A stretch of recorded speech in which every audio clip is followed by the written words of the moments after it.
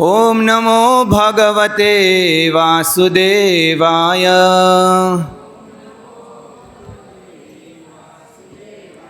ओम नमो भगवते वासुदेवाय।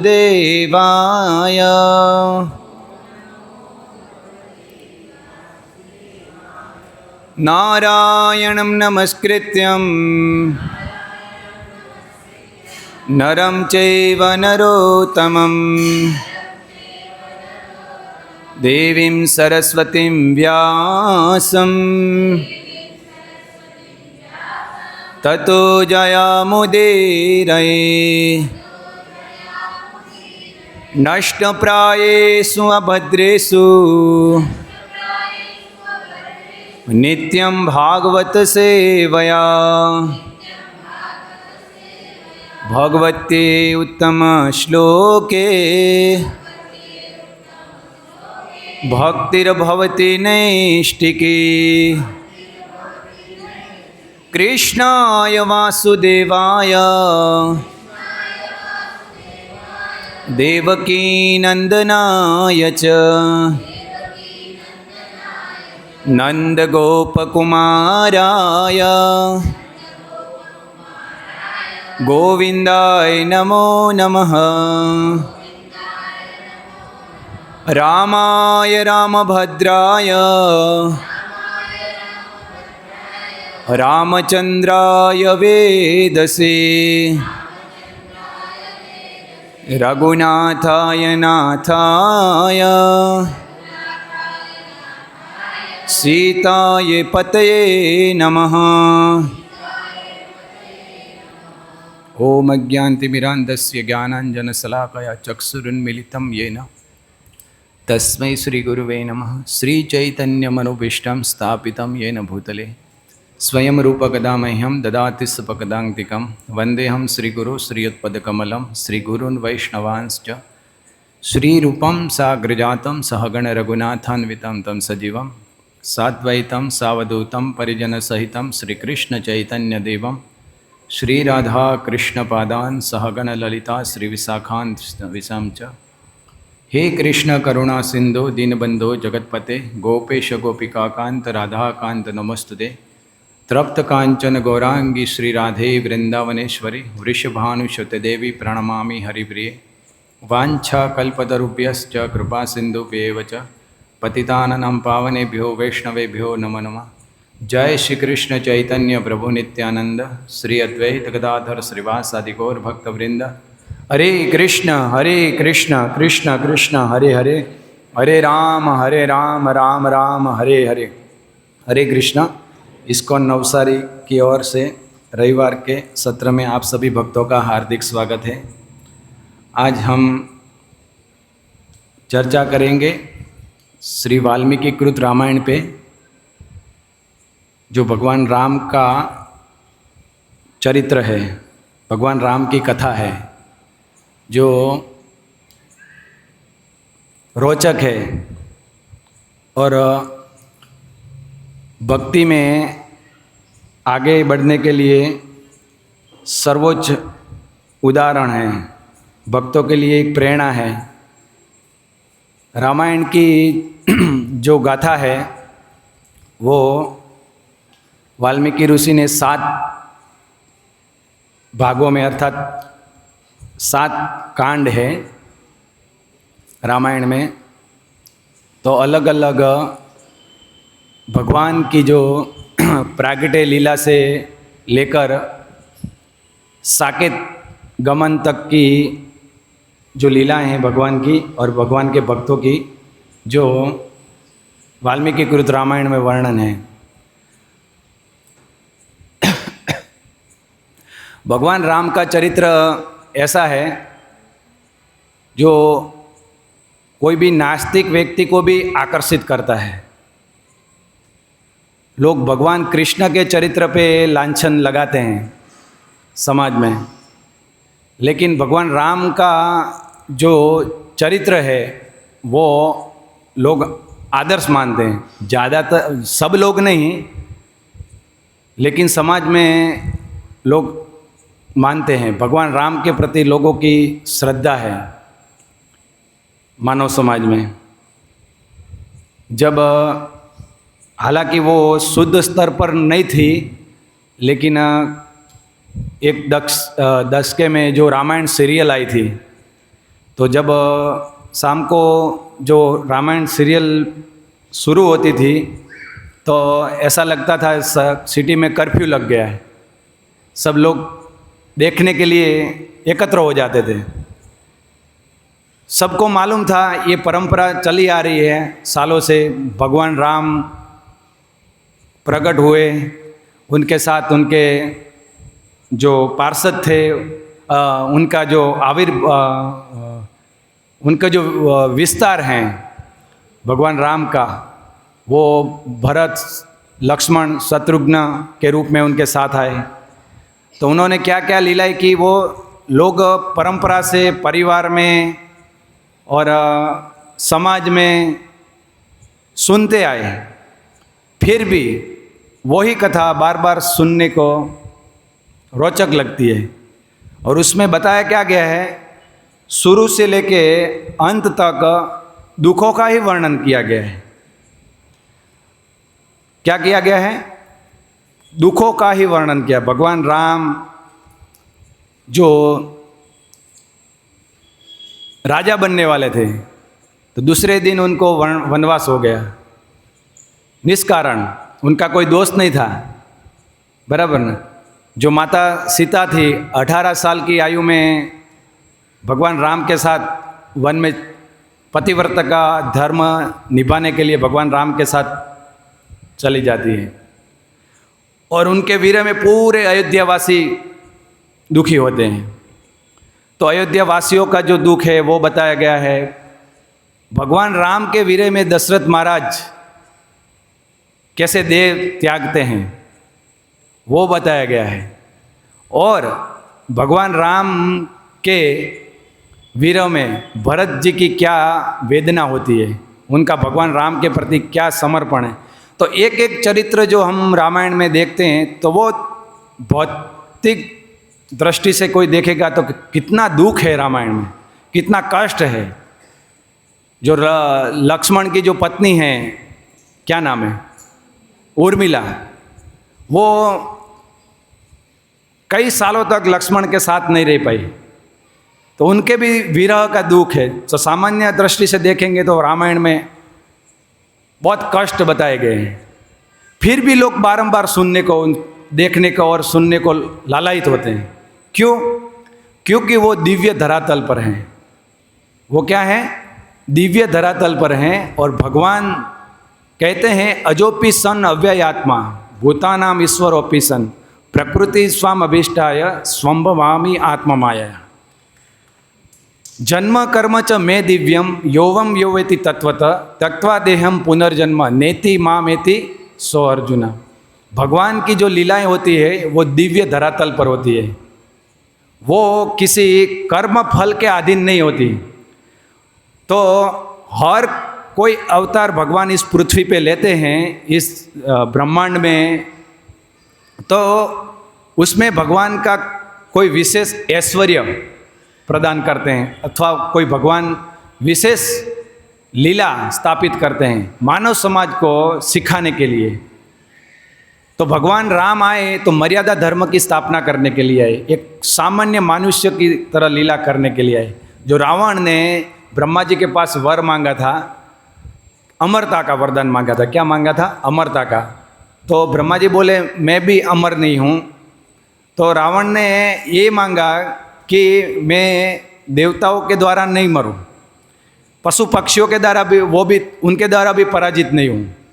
तो ऐसा रावण ने कई सिद्धियाँ और शक्तियाँ मांग ली, लेकिन रावण ने ज्ञात था उनको भी मनुष्य भी है, फिर भी रावण ने ये नहीं मांगा कि मैं मनुष्यों के हाथ पे नहीं मरूं। क्यों? कि वो मनुष्यों को तो मच्छर की तरह समझता था, ऐसे ही पीस देते थे। क्योंकि वो मनुष्यों को मार के ऋषि मुनियों को, उनको जैसे वो दंडकारण्य में ऋषि मुनि थी, तो उनको तो मार के वो ब्रेकफास्ट करता था, इसलिए मनुष्यों को सुबह में नाश्ता करता था।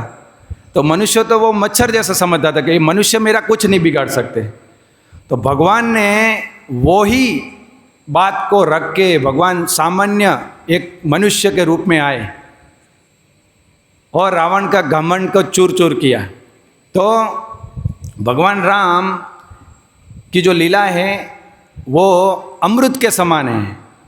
कोई अगर व्यक्ति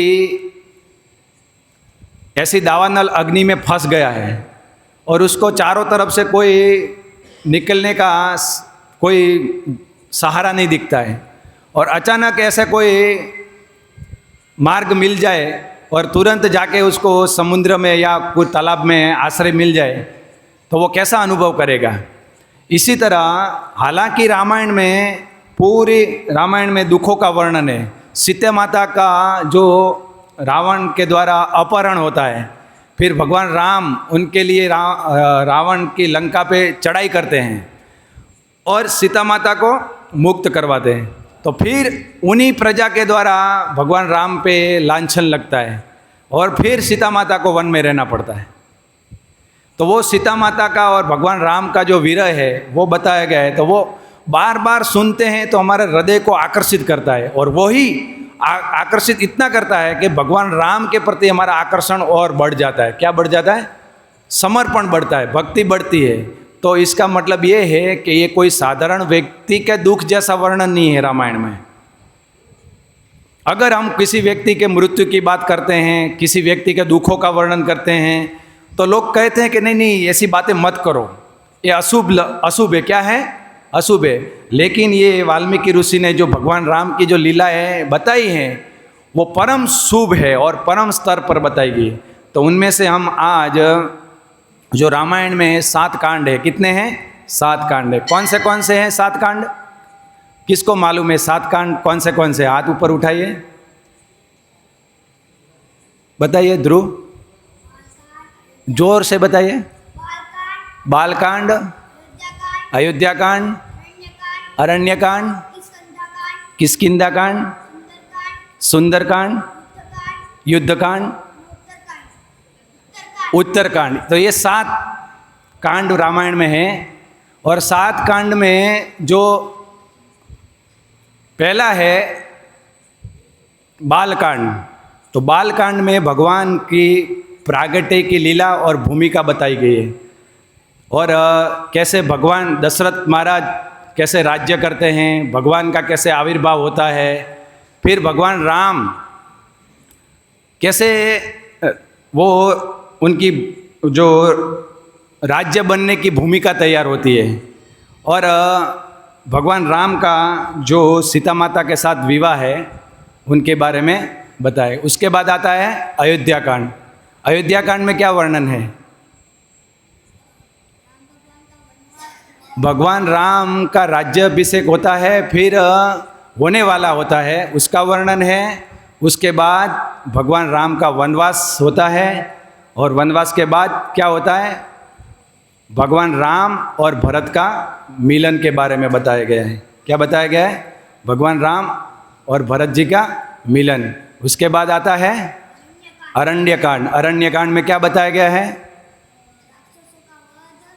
अलग अलग जो स्थान पर भगवान अलग अलग ऋषि मुनियों को मिलते हैं, अलग अलग ऋषि मुनियों के आश्रम में जाते हैं और राक्षसों का वध करते हैं, ये बताया गया है। उसके बाद आता है सुंदरकांड में क्या बताया गया है?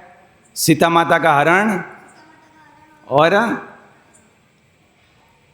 यही मुख्य रूप से बताया गया है। और भगवान राम वो ये भूमिका बनने की तैयारी होती है सुग्रीव के साथ मिलन की। उसके बाद किष्किंधा कांड आता है और सुग्रीव के साथ मित्रता होती है और लंका पे कैसे चढ़ाई की जाए वो वर्णन है। उसके बाद आता है युद्धकांड। तो युद्धकांड में लंका पे कैसे चढ़ाई करना है, सेतुबंध का बारे में वर्णन है और युद्ध कैसे होता है वो बताया गया है। और उसके बाद आता है उत्तरकांड। जो उत्तरकांड में भगवान राम का जो वैभव है, राम राज्य कैसा है, भगवान राम ने कैसे राज्य किया और उनके राज्य में प्रजा कैसे रहती थी, प्रजा कितनी सुखी थी, वो सब बताया गया है। तो ये समशिक्ष में हमने बताया कि रामायण में क्या क्या वर्णन है। तो उसमें से आज हम उत्तरकांड में जो भगवान राम अरे सॉरी, अयोध्या कांड है, उसमें भगवान राम और भरत का जो मिलन है उसके बारे में जानने का प्रयास करेंगे। तो थोड़ी हम भूमिका देखेंगे कि दशरथ महाराज हैं, उनके जीवन के 4 भाग हैं। क्या हैं? 4 भाग। तो प्रथम दशरथ महाराज ने इक्ष्वाकु वंश में भगवान विष्णु अवतार लेंगे, इस बात को वशिष्ठ मुनि को और दशरथ महाराज दोनों को मालूम था। और दशरथ महाराज को भी मालूम था कि भगवान राम मेरे वंश में आने वाले हैं। इस बात का इंतजार करते करते दशरथ महाराज ने 60,000 वर्ष बिता दिए। कितने? 60,000 वर्ष बिता दिए। दशरथ महाराज जब 60,000 साल के हुए तब उनके परिवार में भगवान राम प्रकट हुए। उनके बाद दशरथ महाराज फिर भगवान राम की लीलाओं को देखते हैं बचपन की, और फिर भगवान राम के जो गुरुकुल में शिक्षा प्राप्त करते हैं भगवान राम और भरत जी, लक्ष्मण और शत्रुघ्न, वो देखते हैं। फिर दशरथ महाराज के जीवन में तीसरा मोड़ आता है कि भगवान राम जब युवराज पद पर स्थापित होने के लिए रेडी होते हैं, तैयार हो जाते हैं, तब वो उनके मन में एक उत्साह आता है और भगवान राम ने उनकी आचरण के द्वारा पूरे प्रजा का हृदय जीत लिया था। और प्रजा भी चाहती थी कि भगवान राम राजा बने। तो दशरथ महाराज की भी ऐसी इच्छा ही थी। तो उन्होंने फिर ये एक मीटिंग बनाई, योजना बनाई, और वशिष्ठ, विश्वामित्र, वामदेव इत्यादि सब ऋषियों को बुलाकर मंत्रणा ली कि मेरी ये इच्छा है कि भगवान राम को युवराज पद पर स्थापित करें, उनको राजा बनाया जाए। तो सबने एक स्वर में कहा कि राम को राजा तुरंत बनाना चाहिए, क्योंकि प्रजा भी यही चाहती है। तो दशरथ महाराज ने सबको पूछा कि अभी उनके लिए मुहूर्त क्या है। तो वशिष्ठ ऋषि ने बताया कि अभी आज से 7 दिन बाद ये नक्षत्र है, और ये नक्षत्र में शुभ मुहूर्त में भगवान का राम का अभिषेक करना चाहिए। तो तुरंत ये योजनाएं बनाई गई, तैयारी की गई। फिर भगवान राम को बुलाया गया और उनको ये बताया गया कि आपका कल राज्य अभिषेक है। तो भगवान राम ने तुरंत स्वीकार किया। तो फिर ये बात को जो अभी आप सुनिए कि रामायण में जो चरित्र बताए गए हैं उनमें से क्या क्या शिक्षाएं हैं, हम उनसे क्या सीख सकते हैं। रामायण की कथा हमको रोचक लगती हैं, लेकिन हर चरित्र में एक रहस्य छुपा हुआ है। उनमें कहीं गहरी जो शिक्षा हैं वो हमको आचरण में लाने योग्य हैं। तो भगवान राम राजा बनने वाले थे, वो सब प्रजा उनसे प्रसन्न थी, स्वयं माता कैकेयी भी। लेकिन उनकी जो वो सेविका थी मंथरा को ये बिल्कुल पसंद आया नहीं, क्योंकि उससे तो क्या, मेरी जो महारानी है वो दासी बन जाएगी। राम राजा बनेंगे तो मुझे कैकेयी कौशल्या की दासी बन जाएगी। ऐसा क्या है, ऐसा होने वाला नहीं है। भगवान एक साधारण व्यक्ति का भी हित चाहते हैं, भगवान राम। और वो हम उत्तरकांड में देखते हैं कि भगवान राम जब राज्य कर रहे थे तो कोई अगर वृद्ध होना चाहता था तो भी नहीं हो रहा था। अगर कोई ऐसा इच्छा नहीं करता कि मुझे मृत्यु नहीं आए तो वो हजारों साल तक जीता था। उनको ना तो कोई मानसिक बीमारी थी, ना शारीरिक बीमारी थी, और ना कोई शरीर में रोग था। पशु पक्षी भी वो सुखी थे भगवान राम के राज्य में। और सब भगवान राम की कथाएं और इक्ष्वाकु वंश की कथाएं सुनते थे और प्रसन्न रहते थे। और बारिश टाइम पे होती थी, कोई वृद्ध नहीं था, कोई चिंता नहीं थी, कोई कलमश नहीं था। सब प्रजा सुखी थी। वो हमने अभी उत्तरकांड में लास्ट में हम राम राज्य की जो वर्णन है उसमें हम देखते हैं। तो ऐसा होने वाला नहीं था, लेकिन ऐसा सोचा किसने? मंथरा ने ऐसा सोचा। ऐसी काल्पनिक एक उनके मन में एक पिक्चर आया। क्यों? क्योंकि भगवान राम उनके हृदय में विद्यमान नहीं थे। क्या थे? भगवान राम उनके हृदय में विद्यमान थे। उनके हृदय में क्या विद्यमान था? मंथरा के हृदय में उनकी भौतिक लालसाएं विद्यमान थी। क्या थी?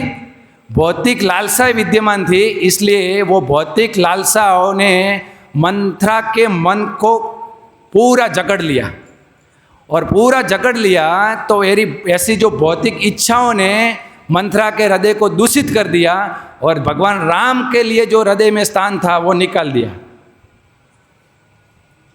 दिया। इसलिए ऐसी दूषित बातों से, भ्रमित बातों से ऐसा षड्यंत्र रचा गया, जो मंथरा ने, जो कैकेयी थी, जो कैकेयी के भी प्रिय थे भगवान राम, उनके मन को भी क्या कर दिया?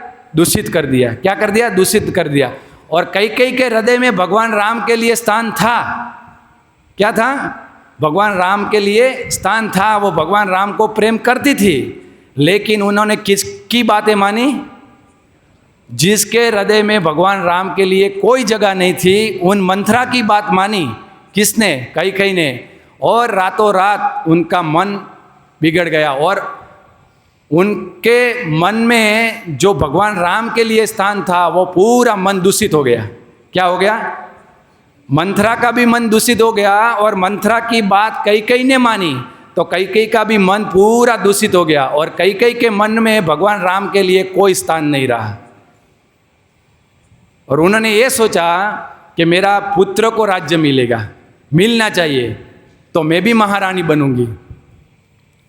तो उन्होंने भगवान राम के लिए जो प्रेम था वो निकाल दिया। तो हमको क्या सीखना चाहिए? हम अगर भक्ति में आते हैं तो किसी की बात सुनते हैं, तो देखिए क्या है, हमको सोचना चाहिए कि हम किसका सुन रहे हैं। जो जिसकी बात हम सुन रहे हैं उसका बैकग्राउंड क्या है, बराबर ना? वो क्या पालन कर रहे हैं, वो भगवान के प्रति उनका समर्पण क्या है, भगवान के प्रति उनका सेवा का भाव क्या है, वो पूरा जान के उन व्यक्ति का चरित्र क्या है, बराबर नहीं? तो वो जान के ही हमको फिर उनकी बातें सुननी चाहिए। हम देखिए ना, समाज में बहुत सारी राम कथाएं होती हैं, बराबर ना? तो राम कथाएं होती है, तो राम कथा ऐसी करते हैं, तो राम कथा से सबको रुला देते हैं, और फिर अंत में क्या कहते हैं? वो भगवान राम कौन है? वो भगवान राम वो निराकार के एक अंश हैं। क्या है? अंश है। भगवान राम को फिर शून्य बना देते हैं। क्या बना देते हैं? शून्य बना देते हैं। तो देखिए, शून्य कितने भी लगा दो, अगर शून्य, हजारों शून्य भी एक कर दें, लेकिन उस शून्य के आगे अगर एक नहीं है तो उन शून्य का कोई वैल्यू नहीं है, बराबर ना? इसलिए वो शून्य के आगे जब तक एक नहीं लगेगा तब तक वो शून्य की कोई वैल्यू नहीं है, बराबर ना? तो वो जो निराकार है, उनके आश्रय भगवान राम हैं। वो भगवान राम की दिव्य ज्योति है, उनके शरीर का दिव्य तेज है। वो जो अधूरी माहिती है वो हमको नहीं लेना है। भगवान राम साकेत में रहते हैं, वहाँ से प्रकट होते हैं। भक्त अगर प्रार्थना करते हैं तो भगवान क्षीर सागर के तट पे प्रकट होते हैं, और उनको देखने वाले हैं, ब्रह्मा जी हैं, जो गुरुजन हैं। लोग बोलते हैं ना, भगवान राम के लिए आप इतना मंदिर के बनाने के लिए संघर्ष करते हैं, तो कहाँ है भगवान राम? क्यों भगवान राम के लिए इतना संघर्ष करते हैं? किसने भगवान राम को देखा है? तो देखिए, ये बात को, ये प्रश्नों को इस्कॉन के संस्थापक आचार्य प्रभुपाद जी को भी पूछा गया कि आप भगवान भगवान बोलते हैं, कहाँ भगवान को आपने देखा है? तो प्रभुपाद जी ने बोला, हाँ मैंने देखा है, और मैं आपको दिखा सकता हूँ। मैंने देखा है और मैं आपको दिखा सकता हूँ, लेकिन भगवान तुम्हारे और मेरे बाप के नौकर नहीं है जो तुम्हारे सामने ऐसे प्रकट हो जाएंगे। भगवान सर्वोपरि है, उनकी इच्छा है। पहले भगवान के सामने जाके शरणागत होना पड़ेगा, और शरणागत होके फिर भगवान से प्रार्थना करनी पड़ेगी। भगवान तो प्रकट होते हैं। अपने इंद्रियों के शुद्ध करना पड़ेगा, और वो शुद्धिकरण के एक प्रोसेस है। वो देखने के माध्यम, वो प्रोसेस, अगर प्रोसेस से हम गुजरते हैं तो हम भगवान को देखते हैं और भगवान दर्शन देते हैं। ऐसे ये बात कोई काल्पनिक नहीं है, भगवान ने दर्शन दिए पूरा। अभी आप भारत भर में जो प्राचीन मंदिर हैं वो घूम के आइए और उन प्राचीन मंदिरों की गाथा सुनिए कि भगवान का ये मंदिर है, उसके पीछे का क्या इतिहास है, तो वो भगवान क्या है वो सब मालूम पड़ेगा। भगवान वो मूर्ति नहीं है, स्वयं अपने भक्तों से बातें करते थे। वो पूरा इतिहास भारत भर में भरा पड़ा है। फिर भी लोग बोलते हैं भगवान कहाँ है, किसने देखा है, लेकिन क्या हमारी लायकात है भगवान के बात करने की? तो ये है। तो देखिए कि भगवान राम कैसे प्रकट होते हैं, किसके हृदय में प्रकट होते हैं, वो हमको देखना पड़ेगा, शरणागत होना पड़ेगा, तो भगवान राम के प्रति हमारा आकर्षण बढ़ेगा। तो ऐसे व्यक्तियों से हमको नहीं सुनना है जो भगवान राम को हमारे हृदय से निकाल दे और भगवान राम के लिए हमारे हृदय में शून्य बना दे। तो ऐसे मंथरा के अनुयायी या जो मंथरा जैसे कई का हृदय में भी परिवर्तन कर देते हैं, ऐसे व्यक्तियों से हमको नहीं सुनना है, बराबर ना? तो ये बातें हमको समझ कर रखना। हम कोई कह सकता है कि ऐसे कथा में मीठी मीठी बातें बोलनी चाहिए, ऐसी बातें नहीं बोलनी चाहिए, नहीं, लेकिन नहीं है। ये कथा है ना, वो हमारे भव रोग की औषधि है। अगर हमको कोई बीमारी आती है तो हम डॉक्टर के पास जाते हैं तो डॉक्टर कोई फूंक नहीं मारेंगे, ऐसा मलम नहीं लगाएंगे। ऐसे जो साधु होते हैं वो हमारे हृदय से अनर्थों को निकालते हैं। क्या निकालते हैं? अनर्थों को। साधु कभी मीठी बातें नहीं बोलेगा, साधु वो शास्त्रों की बातों को यथारूप दोहराएगा। ना हम देह भाजान नृलोके कष्टम कामान बीड़ भुजाम, ये मनुष्य देह प्राप्त करके सुअर की तरफ जन्म नहीं बिताना है। जो सुअर विष्टा खाने के लिए परिश्रम करता है, ऐसे हम दो वक्त की रोटी के लिए गधे की तरह मेहनत नहीं करनी है। मनुष्य जीवन हमको आत्मा साक्षात्कार करने के लिए मिला है। ये बात हमको शास्त्र में बताई गई है और साधु लोग हैं इसी बात को दोहराते हैं। तो शास्त्र को सीधी बात को दोहराते हैं वही साधुगण हैं। जो शास्त्रों की बात को तोड़ मरोड़ कर जो लोगों को अच्छा लगे ऐसे मनोरंजन रूप से बातों को बनाते हैं, वो कृष्ण कथा नहीं है। कृष्ण कथा हमारे भाव रोग की औषधि है और हमारे हृदय को शुद्ध करती है, वही कृष्ण कथा है। तो भगवान राम की ये जो लीला है उसमें ये रहस्य छुपा है। भगवान राम ने ये स्थापित किया है ऐसे व्यक्तियों के माध्यम से कि देखिए ऐसे मंथरा जैसी व्यक्तियों के बातों से आकर्षण नहीं होना है।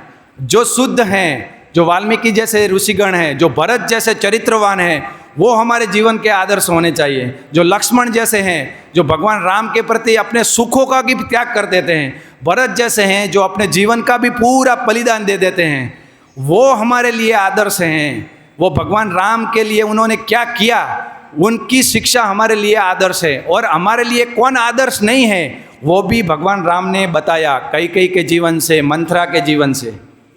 तो हमको क्या करना है क्या नहीं करना है, दोनों बातों को समझ कर आगे बढ़ना है ताकि ये मनुष्य जीवन हमारा व्यर्थ ना जाए। तो ये देखिए जब ये रातों रात बाजी पलट गई तो भगवान राम को फिर वनवास हुआ। क्या हुआ? वनवास हुआ। और वनवास हुआ तो इस बात को, ये तो आप जानते हैं, लंबी स्टोरी है, लेकिन इस बात को दशरथ महाराज सहन नहीं कर पाए। क्या नहीं कर पाए? सहन नहीं कर पाए। वो जो इक्ष्वाकु वंश की जो परंपरा थी, सूर्य वंश में, वो क्या थी? रघुवंश की जो परंपरा थी कि रघुवंश में जो रघुवंश रीत सदा चली आई, प्राण जाए पर वचन न जाए। वो राजागण थे, वो चरित्रवान थे, क्षत्रिय थे, अपने प्राणों की आहुति दे देते थे, लेकिन जो वचन थे वो वचन को अपने प्राणों की आहुति दे के भी निभाते थे। हमने ये क्लास में सुना, आगे जयगुण प्रभु ने बताया था कि जो शिबी राजा थे उनके पास इंद्र और वायुदेव दो परीक्षा लेने आते हैं। उनकी जो शिबी राजा की जो ख्याति है वो स्वर्ग तक गई थी।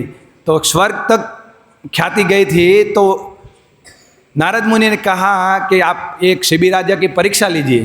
तो वायुदेव और इंद्र, गरुड़ और कबूतर बन के आते हैं।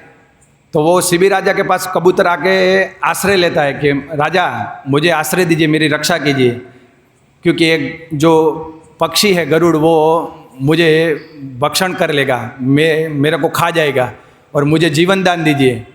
तो शिबी राजा उनको आश्रय देते हैं। तो वो गरुड़ आके शिबी राजा को बोलते हैं ये मेरा भोजन है, और वास्तव में उनका वो भोजन था, बराबर ना। तो ये मेरा भोजन है, आप उनको नहीं रक्षा करो, ये मेरा भोजन है, मुझे प्रदान कर दीजिए। तो शिबी राजा ने कहा नहीं, इसने मेरा आश्रय ले लिया है और मैंने उनको रक्षण करने का वचन दे दिया है, इसलिए अभी तुम उसको नहीं खा सकते, लेकिन तुम्हारी जो भूख है वो मैं अपने शरीर के मांस से भूख को मिटाऊंगा दूंगा। तो शिबी राजा ने क्या है, अपने शरीर का मांस काट के तुम्हारे शरीर के वजन बराबर मैं अपना शरीर का मांस काट के दूंगा।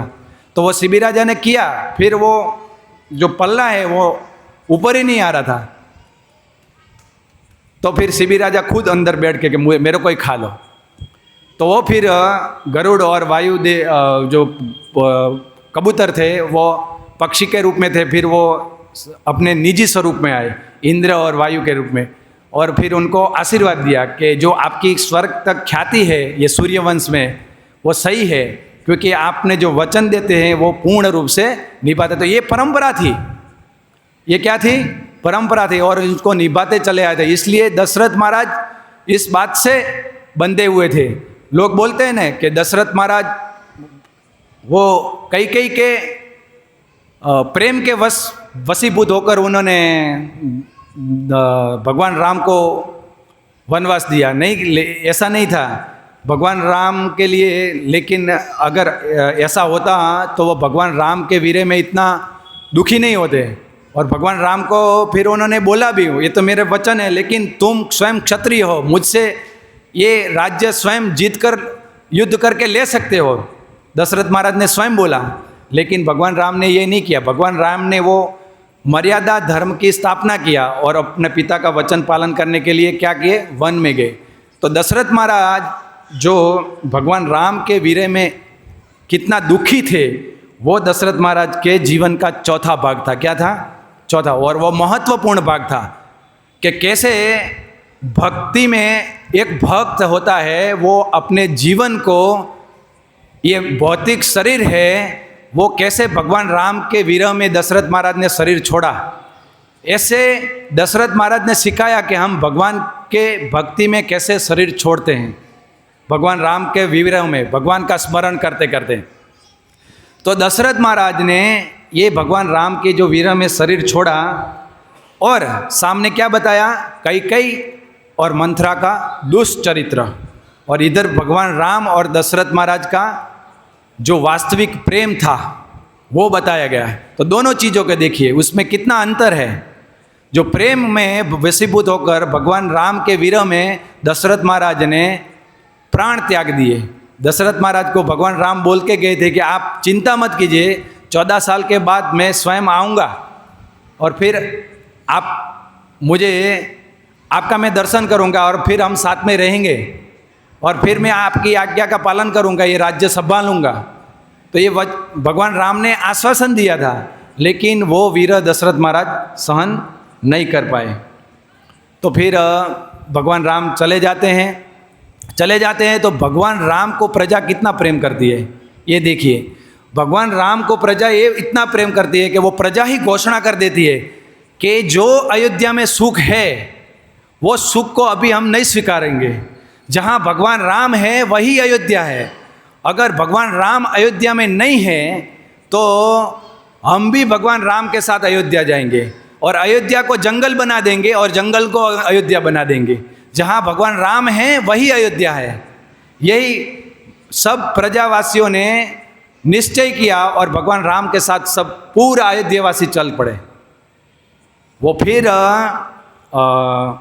सरयू के तट पर जाते हैं, रात्रि विश्राम करते हैं, और भगवान राम ने फिर सुमंत्र को उठा के सुबह जो ब्रह्म मुहूर्त है, ब्रह्म मुहूर्त से पहले ही भगवान राम उठ जाते हैं और सुमंत्र को उठा के छुपके से निकल जाते हैं अयोध्या वासियों को छोड़ के, बराबर। तो फिर वो अयोध्या वासी विरह करते करते फिर वापस अयोध्या में आते हैं।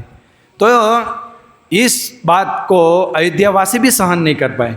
तो देखिए, ये बात को हम, इस बात में रहस्य है कि जो अयोध्या वासी थे वो भगवान राम को कितना प्रेम करते थे, इतना प्रेम करते थे कि भगवान राम के बिना वो अयोध्या में भी रहना नहीं चाहते थे।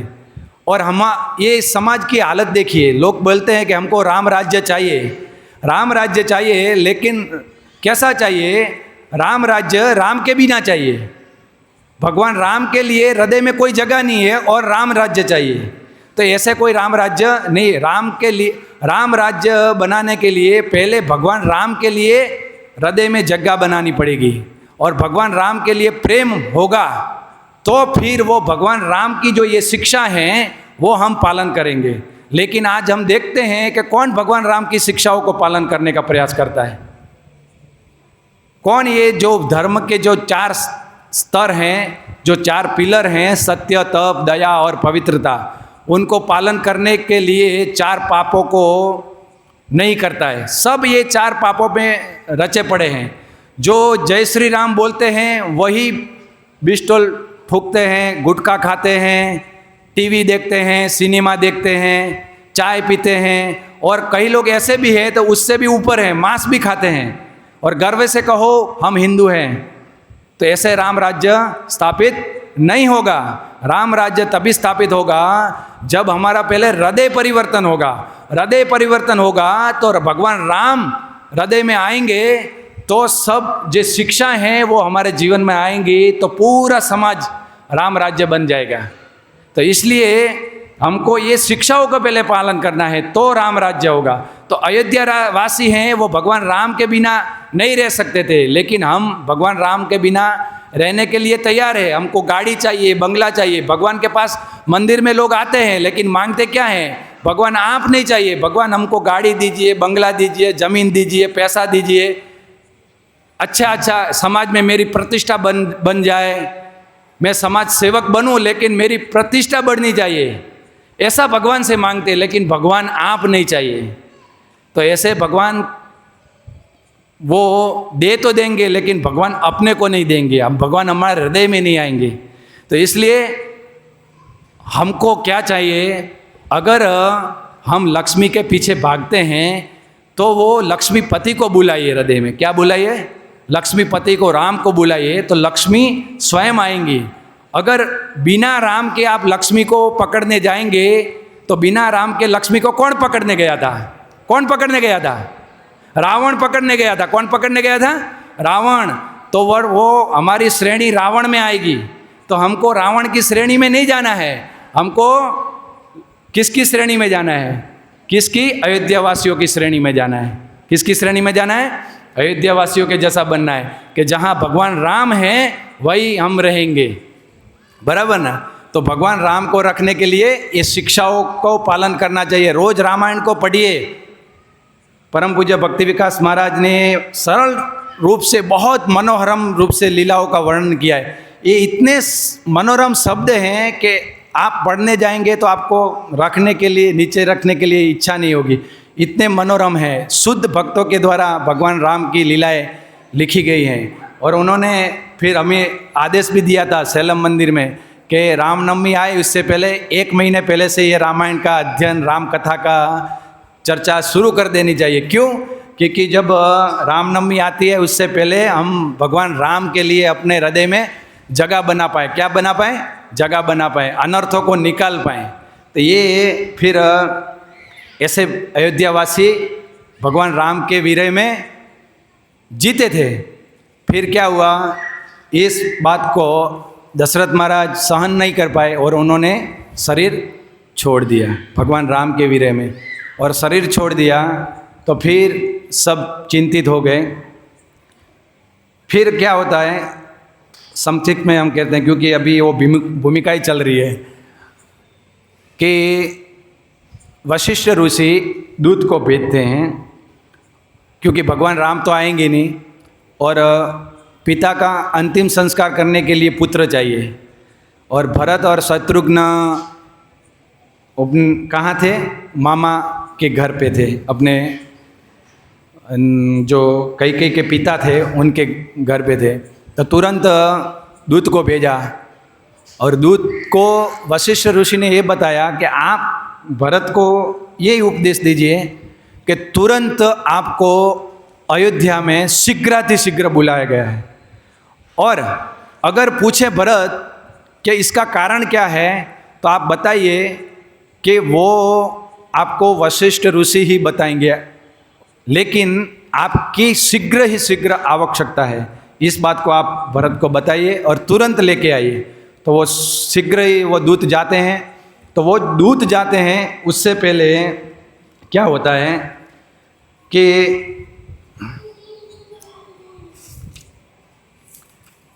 भरत जी को एक बहुत ही भयंकर स्वप्न आता है। क्या आता है? सपना आता है। और वो सपना कैसा होता है?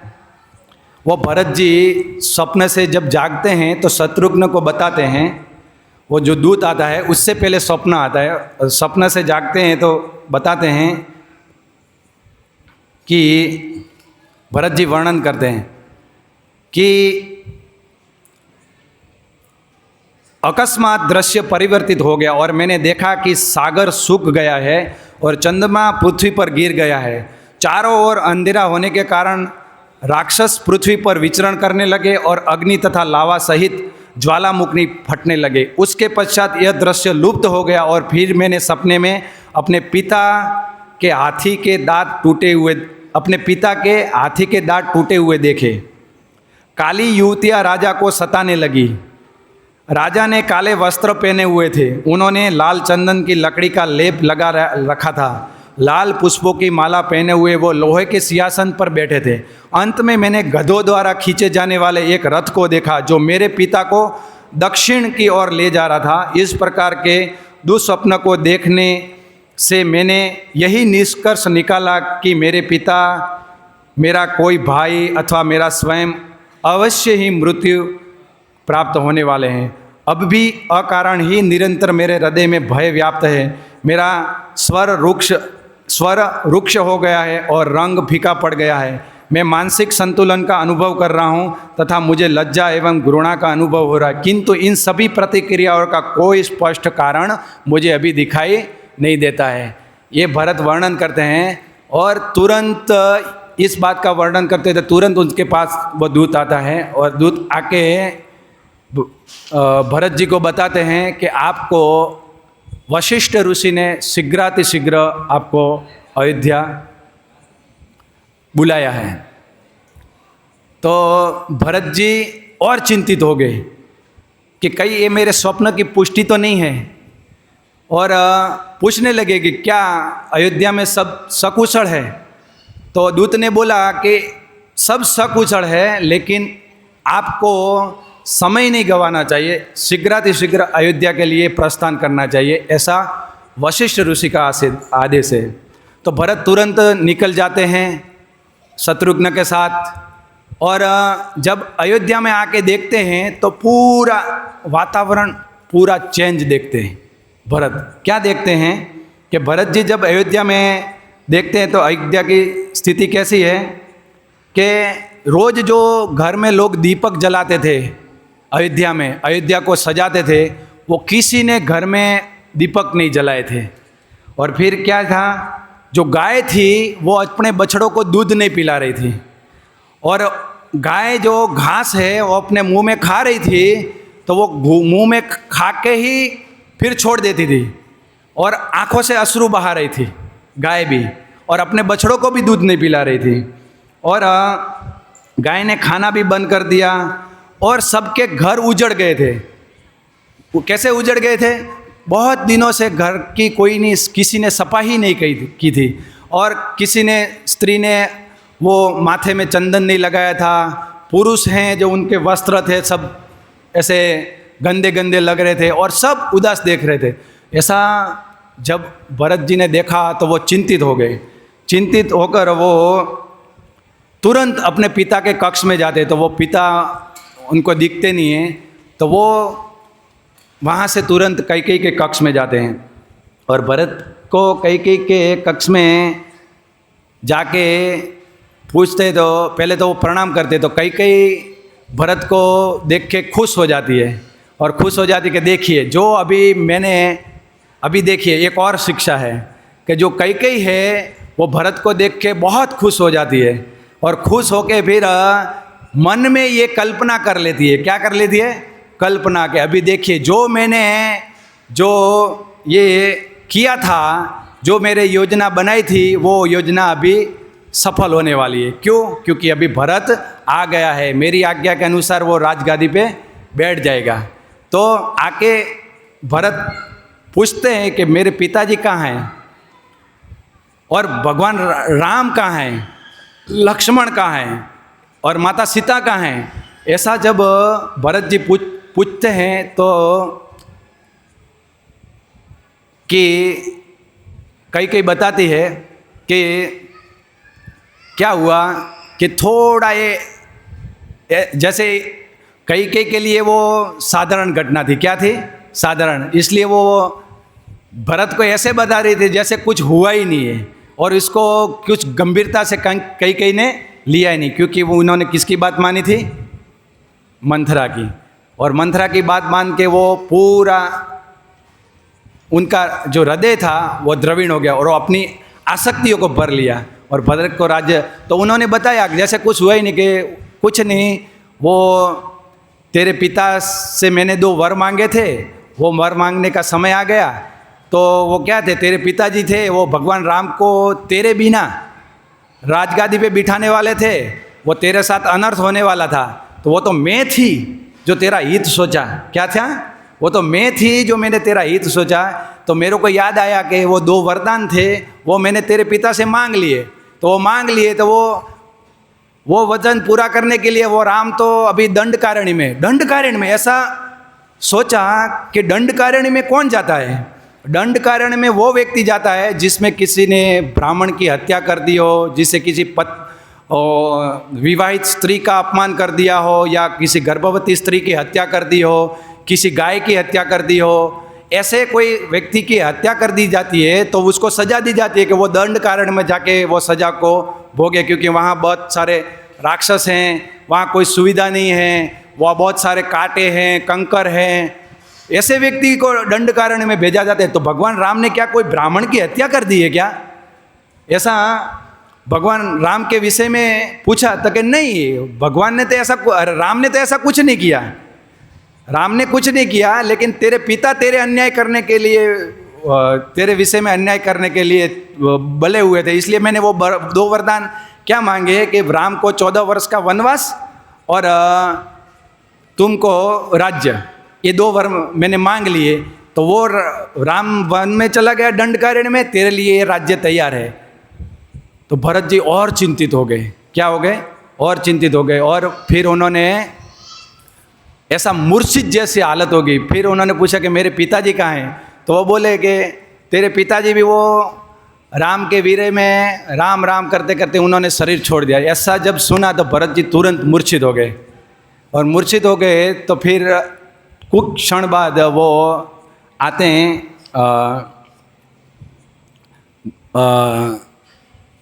चेतन अवस्था में आते हैं। और चेतन अवस्था में आने के बाद कैकेयी को क्या वचन बोलते हैं वो सुनिए। भरत अत्यंत क्रोधित हो गए, वे अपनी माता की भर्त्सना करने लगे। हे दुष्ट नारी, आप संपूर्ण ब्रह्मांड के विनाश हेतु प्रकट होने वाली काली देवी के समान हो। देखिए कौन अपनी माता को ये शब्द बोलता है, बराबर। तो क्या भरत जी कुपुत्र हैं? अगर कोई व्यक्ति ऐसा शब्द अगर मानव समाज में हम देखते हैं कि माता को अगर कोई दुष्ट बोलता है या चंडिका बोलता है, वो राक्षसी बोलता है, तो उनको कुपुत्र बोला जाता है। क्या बोला जाता है? कुपुत्र, सुपुत्र नहीं बोला जाता। और यहाँ भरत क्या बोल रहे हैं कि दुष्ट नारी, आप संपूर्ण ब्रह्मांड के विनाश हेतु प्रकट होने वाली काली देवी समान हो। आपने मेरे पिता का वध कर दिया एवं राम को निकाल दिया, जो मेरे प्राणों से भी अधिक प्रिय हैं।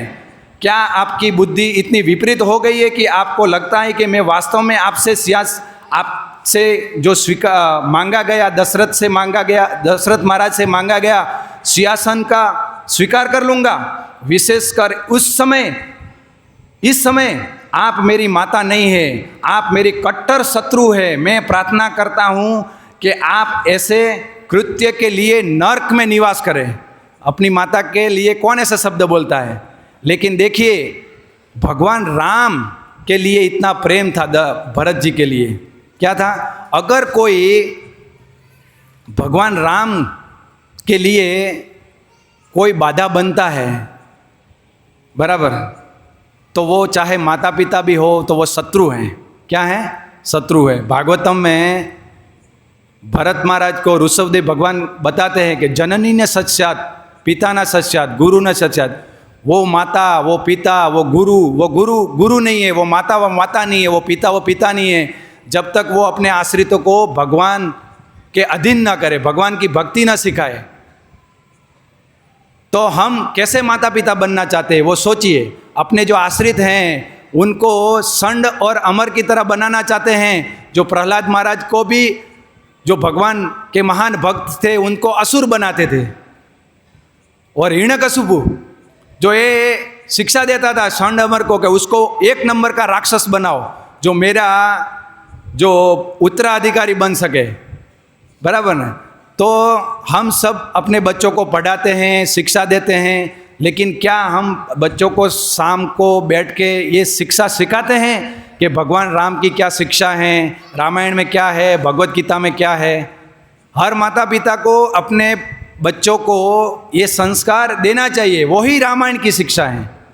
अगर ये हम नहीं करते तो फिर क्या है? षंड अमर हिरण्यकशिपु हमारे वो आदर्श बन जाएंगे, हमारा राम भगवान हमारे लिए आदर्श नहीं रहेंगे। तो ये हमको सोचना है। तो देखिए, भगवान के भक्ति में, ये भगवान के प्रेम में जो कई है वो बाधा बन गई भरत के लिए। और फिर क्या हुआ कि कई फिर भरत को उपदेश देती है कि आपको धैर्य रखना चाहिए, जीवन में सुख दुख आता है, और शास्त्रों का उदाहरण दे रहे। तो वो बात अभी वो भरत जी के गले कैसे उतरेगी? नहीं उतरेगी, क्योंकि वो उन्होंने देखा कि भगवान राम जो राजा बनने वाले थे, जो भरत जी को बहुत प्रिय थे। तो अभी क्या है, देखिए, अभी एक महत्वपूर्ण पड़ाव आता है भरत जी के जीवन में कि भरत जी निर्दोष है। क्या है? बिल्कुल निर्दोष है, उनका कोई दोष नहीं है। वो खुद भी जानते हैं और भगवान राम भी जानते हैं। लेकिन अभी वातावरण कैसा बन गया है कई की और मंथरा की वजह से कि सब लोग, अयोध्यावासी भी, मातागण भी, मंत्रीगण भी, सैनिक भी, सब लोग भरत को दोषी मान रहे हैं। क्या मान रहे हैं? भरत को दोषी मान रहे हैं। और भरत के लिए भगवान राम वन में गए, और भरत को ये सब मालूम भी नहीं है। तो अगर ये घटना अगर हमारे जीवन में होती है तो हम क्या करेंगे? हम तो उथल पाथल हो जाएंगे ना। हम ये यहाँ बैठ के मैं शिक्षा दे रहा हूँ, लेकिन अगर मेरे जीवन में ऐसी अवस्था आ जाए तो मैं क्या करूँगा? मेरे हृदय में जो काम बैठा है वो तुरंत बाहर आ जाएगा, बराबर ना? तो आज हम ये शिक्षाओं को अगर सुन रहे हैं तो ये शिक्षा गंभीरता से लेनी चाहिए कि अगर हमारे जीवन में ऐसा पड़ाव आता है, अगर ऐसी घड़ी आती है कि हम सही हैं, हम भी जानते हैं, हमारे गुरु भी जानते हैं, भगवान भी जानते हैं, लेकिन अगर समय खराब है तो हमको वो अपने को सच्चा साबित करने के लिए बहुत प्रयास नहीं करना चाहिए। क्या करना चाहिए? जैसे ये भरत जी ने किया। तो भरत जी के अभी जीवन में बहुत सारे पड़ाव आते हैं। क्या क्या आते हैं कि पहला पड़ाव ये आता है कि पहला पड़ाव तो ये आ गया कि उन्होंने, अपनी माता ने वो राज्य दे दिया भरत को। तो भरत ने वो तुरंत तिरस्कार कर दिया। उसके बाद क्या आता है, वो भरत जब ये कई को डांट रहे थे ना, तो वो आवाज़ को कई कौशल्या माता सुनते हैं, और कौशल्या आके सुनती हैं तो आके भरत को क्या बोलती है, भरत को अपने सामने देखकर कौशल्या ने ताने मारते हुए कहा, तो अब तो तुम उस साम्राज्य को भोगने वापस आ गए हो, इसके लिए तुम सदैव लालायित थे। और भरत जी के मन में ये है ही नहीं, वो तो दुखी हैं, जिसके लिए तुम लालायित थे। तुम यह देखकर अत्यंत प्रसन्न होगे कि सब कुछ योजना के अनुसार भलीभांति हो गया है। अब तो तुम खुश हो गए ना कि जो तुम्हारी और तुम्हारी माता की इच्छा थी वो भलीभांति पूर्ण हो गई, जो तुम्हारी इच्छा थी। यह सुनकर भरत को बहुत दुख हुआ, और कुछ समय तो उन्होंने वो बहुत दुख होता है तो हम तो क्या है, प्रतिकार कर देते हैं, लेकिन इस बात को सहन कैसे करें। तो वो सहन करने के लिए भरत जी अंदरों अंदर हृदय में रोने लगे, और कुछ देर तक वो चुप रहे। क्या रहे? चुप रहे, और धैर्य को रख के अपने हृदय को संभाला, और संभाल के फिर भरत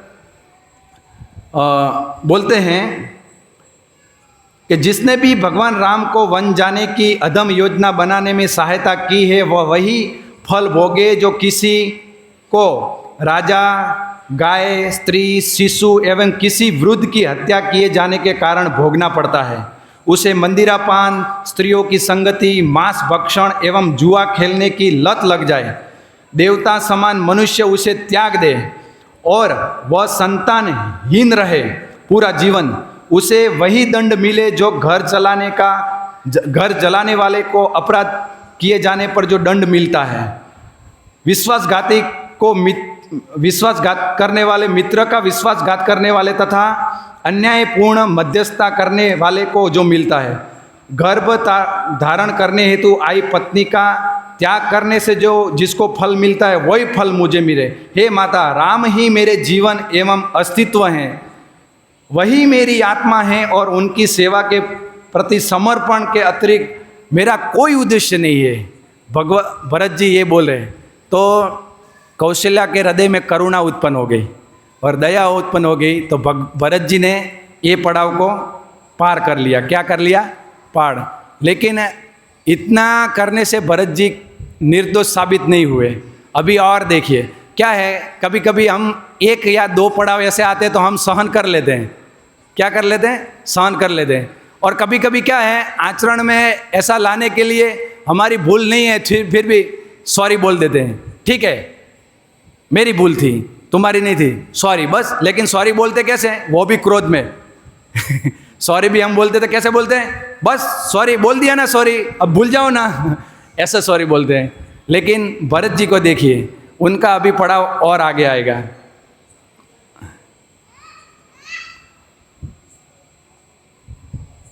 भरत जी फिर क्या बताते हैं कि हाँ, एक और शिक्षा है कि देखिए, कई ने जो योजनाएं बनाई थी वो सब अपने मन से काल्पनिक तरीके से बनाई थी।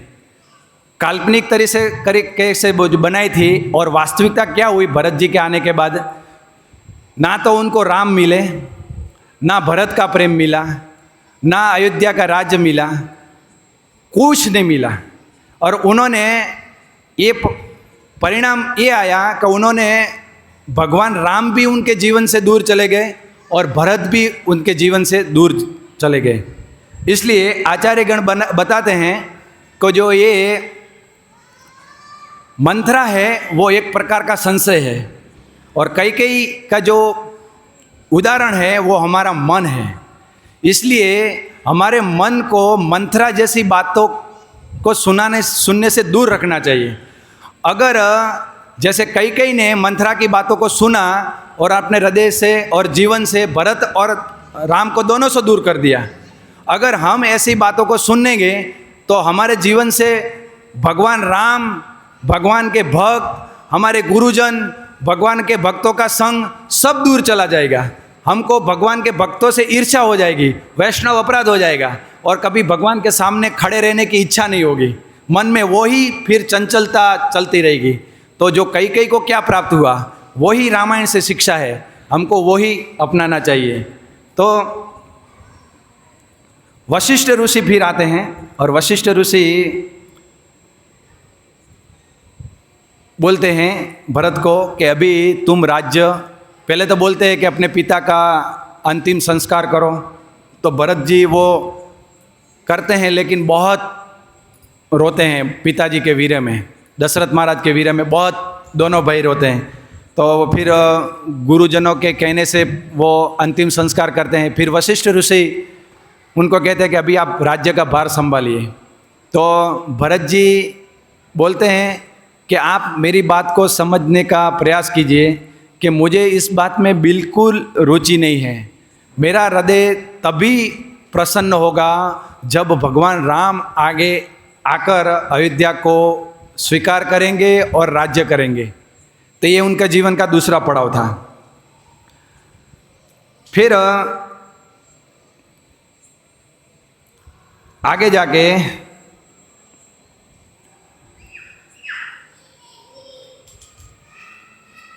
अयोध्या वासियों के मन में जो संशय था भरत के प्रति, तो भरत जी ये घोषणा करते हैं कि जब तक भगवान राम अयोध्या वापस नहीं आते तब तक मैं अन्न ग्रहण नहीं करूँगा, और बिना वो चप्पल पहने हुए मैं वनों में जाऊंगा और भगवान राम को साथ लेकर आऊँगा। और मैं चाहता हूँ कि राम भगवान राजा बने और पूरी अयोध्यावासी सैनिक गण मेरे साथ आए। क्या आए? मेरे साथ आए, ताकि हम सब मनाकर भगवान राम को वापस ले आएं। तो इस बात से अयोध्यावासी बहुत प्रसन्न हो गए और अयोध्यावासियों के मन में जो भरत जी के प्रति जो संशय था वो दूर हो गया। तो देखिए हमारे जीवन में ऐसे आता है, तो ये भरत जी का उदाहरण है, कैसे परिस्थितियों को संभालते हुए धीरे धीरे एक एक बात को सहारते हुए ऐसे दुखों को, पहाड़ को हमको पार करना है। चाहे हमारा कोई दोस्त नहीं है, फिर भी वो परिस्थिति को कैसे निकलना है, वो भरत जी के उदाहरण से हमको सीखने को मिलता है। यही हमने शुरू में चर्चा की कि रामायण में पूरा दुख का वर्णन है, लेकिन शिक्षाएं कितनी गहरी हैं, उसमें दिव्य स्तर पर हैं। तो फिर अयोध्यावासी जाते हैं, तो कुछ वृद्ध थे अयोध्या में, कुछ वृद्ध थे, वो जा नहीं पा रहे थे, तो अपने पुत्रों को भेजते थे। क्या भेजते थे? कि आप भी जाइए। अपने पुत्रों को क्या बोलते थे? आप भरत के साथ जाओ और भगवान राम को प्रार्थना करना कि आप आइए और हमारी रक्षा के लिए राज्य संभालिए, और भगवान राम ना आए तो तुम वन में ही रह जाना। भगवान के राम, आप मेरी चिंता करने के लिए फिर अयोध्या वापस मत आना। ऐसा अयोध्यावासी अपने संतानों को उपदेश दे रहे थे। और अभी क्या हो रहा है? मंदिर जाना, लेकिन बहुत समय तक वहाँ रहना नहीं तो वो इस्कॉन वाले धोती कुर्ता पहना देंगे और वो हाथ में झोली माला पकड़ा देंगे। इसलिए मंदिर जाना है, लेकिन थोड़ा थोड़ा जाना है, इतना गहरा नहीं, और बहुत प्रवचन नहीं सुनना है, नहीं तो तुम भी वो साधु बन जाओगे। ऐसा होता है। लेकिन वो अयोध्यावासी क्या बोल रहे थे? अगर भगवान राम ना वापस आए तो आप वहीं रह जाइए। बराबर है। तो ये हमको सीखना है। फिर भरत जी जाते हैं और वहाँ पे श्रृंगवेरपुर पहुँचते हैं। ये 2-3 पॉइंट हैं जो महत्वपूर्ण हैं। समय हो गया है, लेकिन अगर आप चाहें तो ले सकते हैं। आप तैयार हैं? लें? ठीक है, नहीं तो समय हो गया है, तो फिर फटाफट ले लेते हैं। श्रृंगवेरपुर पहुँचते हैं और वहाँ भरत जी गंगा किनारे वो निषादराज गुह को मिलते हैं।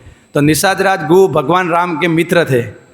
भगवान राम के मित्र थे। तो वहाँ जाके देखते हैं कि भरत पूरी सेना को लेकर आ रहे हैं, और सेना को लेकर आ रहे हैं तो निषादराज गुरु के मन में संशय पैदा हो जाता है कि ये कहीं भगवान राम को मारने के लिए, आक्रमण करने के लिए तो नहीं आ रहा है ना। तो इसलिए वो अपने सैनिकों को बोलते हैं कि आप तुरंत जो सामने तट पर हमारी जो नाव है 500 नाव, वो इधर लेके आ जाइए और सब धनुष बाण लेके तैयार हो जाए, क्योंकि वो भरत गंगा पार ना कर पाए। तो वो ऐसी योजना बनाते हैं। फिर वो 2-4 अपने मंत्री को लेके भरत को बोलते हैं कि मैं अकेला जाऊंगा, पहले मैं भरत की परीक्षा लूँगा कि उसकी मनसा क्या है। तो वो अपने मंत्री को लेके जाते हैं और भरत जी को प्रलोभन देते, कुछ भेंट देते हैं। और भेंट देते तो भरत जब पास पहुँचते हैं तो भरत के साथ वो सुमंत्र थे मंत्री। तो सुमंत्र जब भगवान राम आए थे तब साथ में थे। तो सुमंत्र पहचान देते थे कि निषाद राज गु हैं और भगवान राम के मित्र हैं। तो सुमंत्र ने भरत जी का परिचय निषाद राज गु से करवाया कि ये देखिए भरत जी, ये गु हैं निषाद राज, वो भगवान राम के मित्र हैं। तो जैसे ही भरत जी ने सुना तो भगवान राम के मित्र हैं तो तुरंत दंडवत प्रणाम किया भरत जी ने। और प्रणाम किया तो वो निषाद राज गु के मन में वो भरत जी के प्रति जो संशय था वो दूर हो गया। लेकिन फिर भी उनकी मनसा ये थी कि सेना लेकर क्यों आए। तो सेना लेकर क्यों आए, तो उन्होंने पूछा कि भरत जी आप बुरा मत मानिए, लेकिन फिर भी मेरा संशय दूर नहीं हुआ है कि आपका सेना लेके आने का प्रयोजन क्या है। क्या आप भगवान राम पे कोई आप चढ़ाई करना चाहते हैं। तो भरत जी फिर रोने लगते हैं। क्यों? क्योंकि उनके जीवन में और एक पड़ाव आया परिस्थिति पार करने के लिए। तो भरत जी और फिर रोने लगते हैं। फिर भरत जी बताते हैं कि देखिए मेरी कोई योजना नहीं है, मैं तो चाहता हूँ कि आप भी मेरे साथ आइए, क्योंकि मैं अकेला भगवान राम को कैसे मनाऊंगा। ये अयोध्या वासी साथ में हैं, मंत्रीगण साथ में हैं, वो सब आके भगवान को मनाएंगे तो भगवान आएंगे, नहीं तो मेरे अकेले के मनाने से नहीं आएंगे। आप जब तक मेरी सहायता नहीं करेंगे तब तक मैं भगवान को कैसे जीत पाऊंगा, भगवान का हृदय कैसे जीत पाऊंगा। तो ये बात को सुन के वो निषाद राज गु का संशय दूर हो जाता है। और निषाद राज गु फिर भरत जी को वहाँ ले जाते हैं, वहाँ जहाँ पर भगवान राम रुके थे एक रात, और वो कुछ घास बिछाया था। कुछ घास के ऊपर भगवान राम माता सीता सोए थे और लक्ष्मण बताए थे कि यहाँ पे एक रात भगवान राम विश्राम किया था, इसी घास पे सोए थे। और लक्ष्मण जी ने और मैंने उस रात पूरी रात नींद नहीं की थी, पूरी रात चर्चा की थी और भगवान राम और सीता माता का पहरा दिया था। और दूसरे दिन मेरे मना करने के बाद भी भगवान राम गंगा में स्नान किया और अपनी जटा को गुंद में बांधकर वो सन्यासी की जटा वेश धारण करके वो फिर आगे बढ़ गए।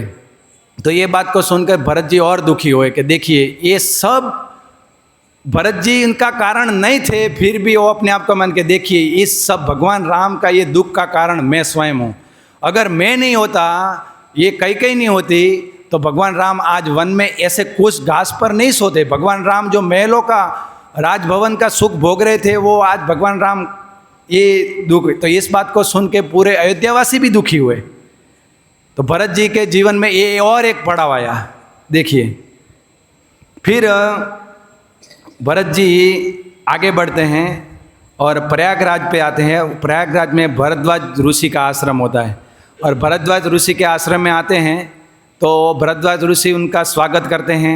स्वागत करके फिर भरद्वाज ऋषि भी भरत जी से एक चर्चा करते हैं।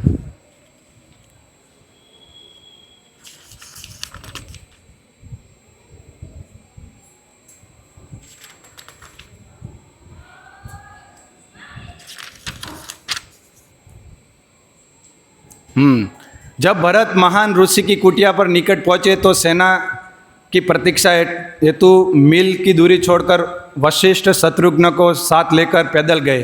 भरद्वाज ने वशिष्ठ को अपने आश्रम में प्रवेश करते देखा, तब अतिशीघ्र उनका अभिवादन करने उठे। वे भरत के वास्तविक परिजन को जानने की उत्कंठा से अयोध्या का कुशल क्षेम पूछने लगे। ऋषि ने कहा, राजकुमार कृपया आप बताइए कि आपने वनगमन का क्या कारण है। आपका वनगमन आए हो उसका कारण क्या है। मेरी यही प्रार्थना है कि आप स्पष्ट करें कि राम को कष्ट देने के उद्देश्य तो आप नहीं आए हैं ना। स्वयं भरद्वाज ऋषि भरत को ये पूछते कि आप भगवान राम को कष्ट देने के लिए तो नहीं आए ना, लेकिन जो दूसरे के मन में संशय था ऐसे भरद्वाज ऋषि के मन में संशय नहीं था। ये आगे अभी रामायण में क्लियर होगा। भरद्वाज ऋषि भरत की क्या महिमा है, भरत की क्या स्थिति है वो उजागर करना चाहते थे। तो भरद्वाज ऋषि ने जानबूझकर ये भरत जी से पूछा। तो ऋषि के वचनों से भरत को अपार दुख हुआ। अश्रुपूरित नेत्रों से सहित उन्होंने कहा, जन सामान्य को अपने उद्देश्यों से पर संदेह करते हुए देखकर मुझे अत्यंत दुख होता है। कृपया आप यह जान ले कि मैं राम को वन से लौटकर अयोध्या लाने के लिए सहमत करने के प्रयास से आया हूँ, ताकि वे राज्य पर शासन कर सकें। हे मुनि श्रेष्ठ, मुझ पर कृपा करें एवं मुझे बताएं कि राम कहाँ रहते हैं। भरद्वाज ने उत्तर दिया, हे राजकुमार, मैंने अपने योग बल से जान लिया था आपके उद्देश्य क्या है। वो भरद्वाज ऋषि जानते थे और पता लगा लिया था। मैंने आपकी जांच मात्र औपचारिकता के लिए की थी। भरद्वाज ऋषि भरत की क्या स्थिति है वो उजागर करना चाहते थे, इसलिए भरद्वाज ऋषि ने किया। और आपके अग्रज भगवान राम, फिर बताया कि भगवान राम अभी चित्रकूट पर्वत पर निवास कर रहे हैं। उन्होंने फिर रास्ता बताया। तो ये देखिए कि ऐसी परिस्थिति आई भरत जी के जीवन में, लेकिन उन्होंने अपने जीवन से क्या शिक्षा दिया। उन्होंने ये नहीं किया कि मैं सही हूँ, आप मुझ पे गलत लांछन लगा रहे हैं, मैं भी क्षत्रिय हूँ, युद्ध करने के लिए तैयार हूँ, मैं अपना युद्ध करके राज्य दूसरा वसा सकता हूँ, मुझे अयोध्या की कोई लालसा नहीं है, ऐसा प्रतीक कर सकते थे भरत जी। लेकिन क्या है, जो प्रेम होता है वो अगर ऐसा करूँगा तो भगवान राम को बुरा लगेगा, भगवान राम प्रसन्न नहीं होंगे। तो उन्होंने ये सब परिस्थितियाँ पार की और सहन किया। क्यों? क्योंकि भगवान राम को प्रसन्न करने के लिए। क्या? भगवान राम को। जब शत्रुघ्न मंथरा को पकड़कर लाए थे मारने के लिए, दंड देने के लिए, भरत जी के सामने रखा, तो भरत जी के मन में यही था कि मैं अभी चाहूँ तो उनको दंड दे सकता हूँ, लेकिन ये स्त्री को अभी मैं दंड दूंगा, उनको मारूंगा, तो इस बात को सुनकर भगवान राम प्रसन्न नहीं होंगे, इसलिए मुझे उनको नहीं मारना है, उनको उनकी परिस्थिति पर छोड़ देना है। देखिए शास्त्र क्या बताते हैं। अगर कोई व्यक्ति ऐसा मंथरा जैसा है, उनकी भी शास्त्र रक्षा करते हैं। भरत जी ने सिद्धांतों का पालन किया, और भरत जी ने सिद्धांतों का पालन किया, इसलिए मंथरा को सजा नहीं मिली। अगर भरत जी चाहते तो मंथरा को सजा दे सकते थे, लेकिन जो शास्त्रों में सिद्धांत हैं उनका भरत जी ने पालन किया तो मंथरा भी बच गई। ये शास्त्र की ये शिक्षा है। तो देखिए भरत जी ने जो भी किया वो किसके लिए किया। सार आज के प्रवचन का यही है कि भगवान राम प्रसन्न हो, भगवान राम खुश हो। और भरत जी ने जो भी किया फिर भगवान को मनाए। तो भगवान को मनाए, कैसे मनाए भरत जी ने? क्या भगवान को वापस लेके आए? भगवान को वापस लेके आए भरत जी। आचार्यगण बताते भगवान को कैसे वापस लेके आए।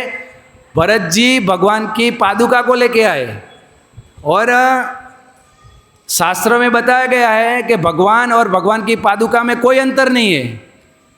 और जब ये भी रामायण में वर्णन है कि जब भगवान राम की पादुका को राज्य सिंहासन पर बिठा के भरत जी राज्य करते थे, और कोई निर्णय लेते थे तो वो पादुकाओं को पूछते थे तो पादुका उत्तर देती थी।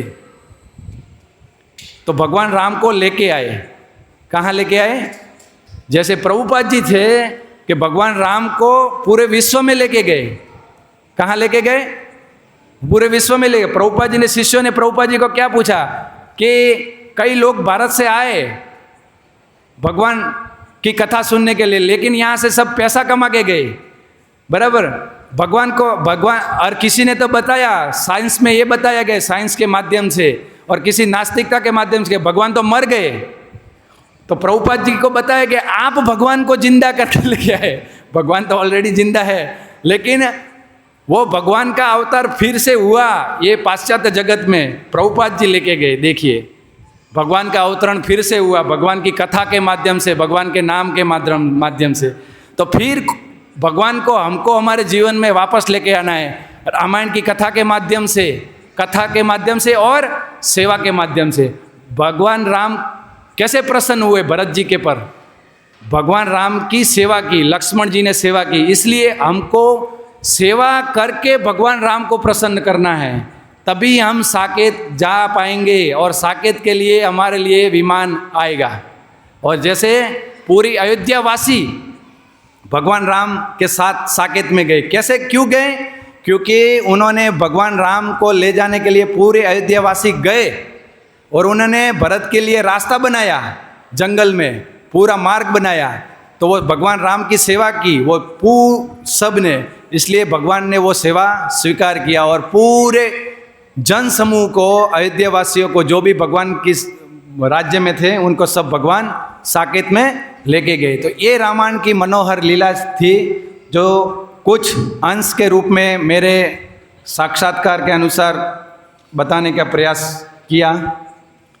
तो अभी रामनवमी आ रही है, भगवान राम के लिए आप अपने हृदय में जगह कीजिए, कथा के माध्यम से, सेवा के माध्यम से, और रामनवमी मनाइए, हर दिन रामनवमी मनाइए। जैसे अभी नित्यानंद त्रयोदशी था, चैतन्य महाप्रभु का आविर्भाव था, गौर पूर्णिमा, ये हमारे भक्ति को जन्म देते हैं उत्सव।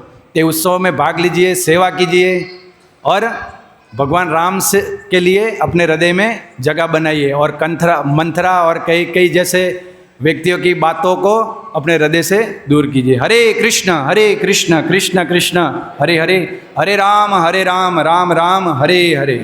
सभी भक्तों के लिए प्रसाद है। अगर किसी को कोई प्रश्न है इस संबंध में तो पूछ सकते हैं। हरे कृष्ण।